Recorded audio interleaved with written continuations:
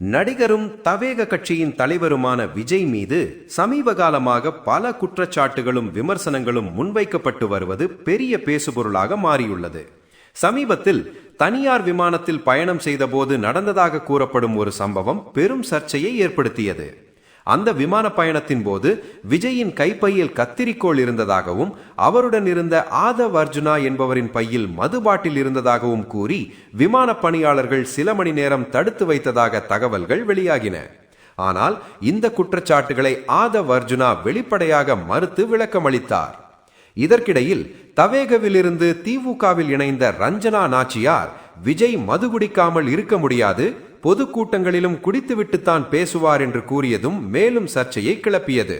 இந்நிலையில் விஜயுடன் சில படங்களில் நடித்துள்ள அனுமோகன் பகிர்ந்த ஒரு அனுபவம் தற்போது ரசிகர்களின் கவனத்தை ஈர்த்துள்ளது.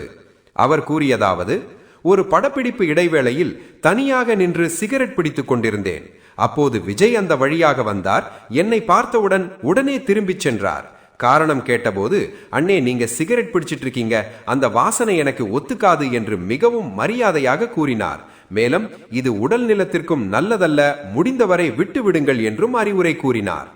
புகையிலை வாசனையே ஒத்துக்கொள்ளாத ஒருவர் மீது இப்படி குற்றச்சாட்டுகள் வருவது நியாயமா என்று தற்போது விஜய் ரசிகர்கள் கேள்வி எழுப்பி வருகின்றனர்.